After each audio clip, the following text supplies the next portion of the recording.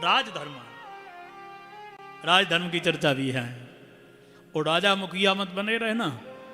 जब तीसरी आपकी आयु प्रारंभ हो गई और वो भी खत्म हो गई वानप्रस्थ की चौथेपन में, तो सब छोड़ करके मोक्ष धर्मान विभाग ऐसा, अरे पत्नी को घर द्वार को छोड़ करके मुक्ति की ओर हाथ बढ़ाओ। ये मानव शरीर ही मिला है मुक्ति के लिए। हरि से मिलने के लिए कुत्ता कुकर सूकर बन गए, कीट पतंग बन गए, सब कुछ कर लोगे परंतु हरि से नहीं मिल पाओगे।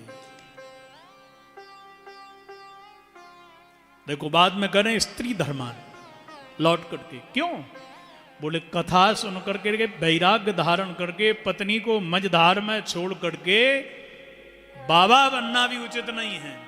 पहले पत्नी की व्यवस्था करिए।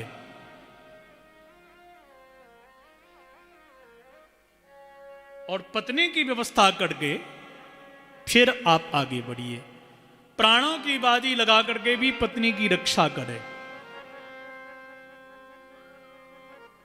पत्नी की बाजी लगा करके धर्म की रक्षा करें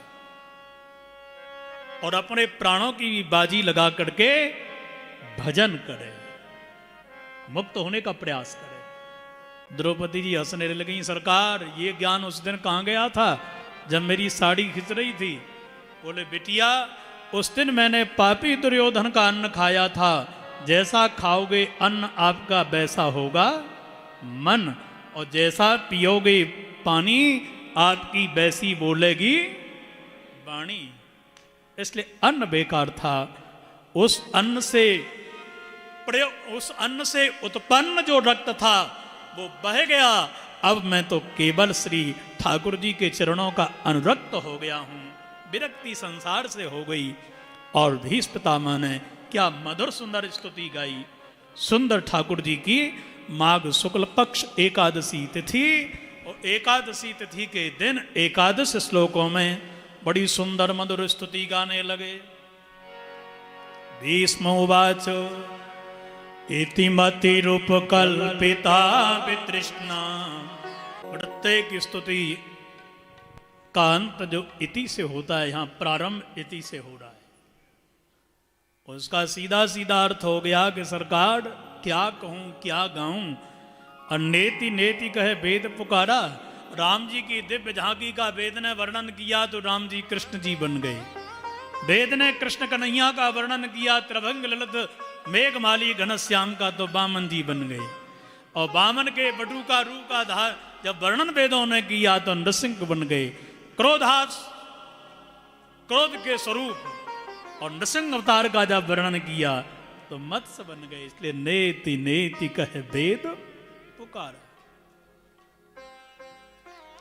दूसरी बात, सरकार आपके दर्शन करके गीत गा करके जो शरीर को त्याग है उसका जन्म तो होता ही नहीं है। तो मुझे निश्चित ये भरोसा हो गया कि ये जीवन का इति है, अंत है।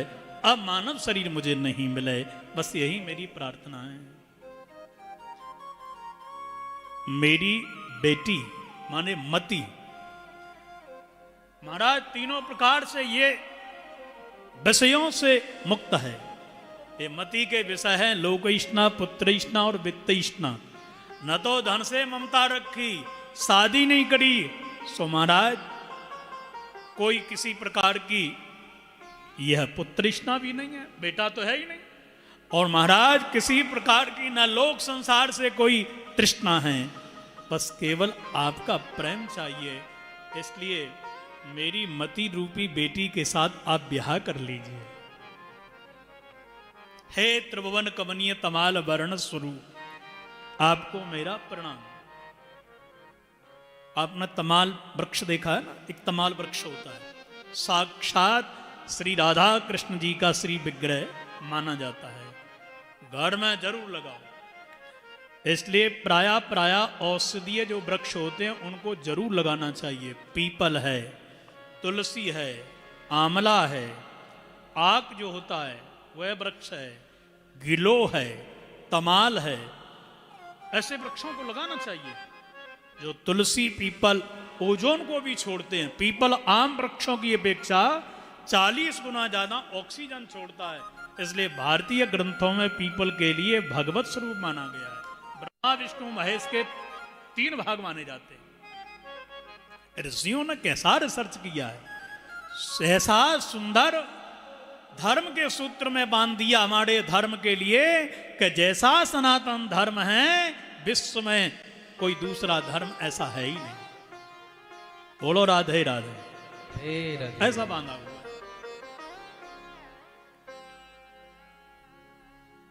आपने अपनी प्रतिज्ञा के लिए झुठला दिया, मेरी प्रतिज्ञा की रक्षा करी, बहुत प्रकार से स्तुति गाई। हे बूढ़े की कठिन प्रतिज्ञा पूर्ण करता,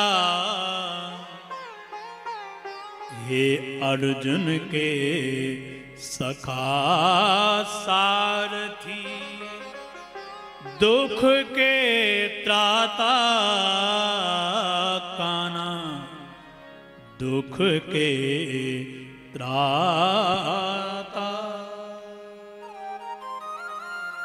हे मेरी प्रतिज्ञा को पूर्ण करने वाले अर्जुन के सारथी, हे जगत के नियंता जगदीश्वर, मेरे ऊपर कृपा करना। और अपने प्राणों को त्याग दिया। पांडव बड़े दुखी भय, शोक संतप्त पांडवों ने गंगा जी में तर्पण किया। और इसके बाद भगवान श्री कृष्ण ने कहा कि युधिष्ठिर भैया, आप शोक से मुक्त हो चुके हो, अब सिंहासन के राजा बन चुके हो, इसलिए मेरी अंतिम इच्छा यही है कि मैं द्वारिका चलूंगा। भगवान द्वारका के लिए गए, अर्जुन सात्विकी उद्धव भी साथ में गए।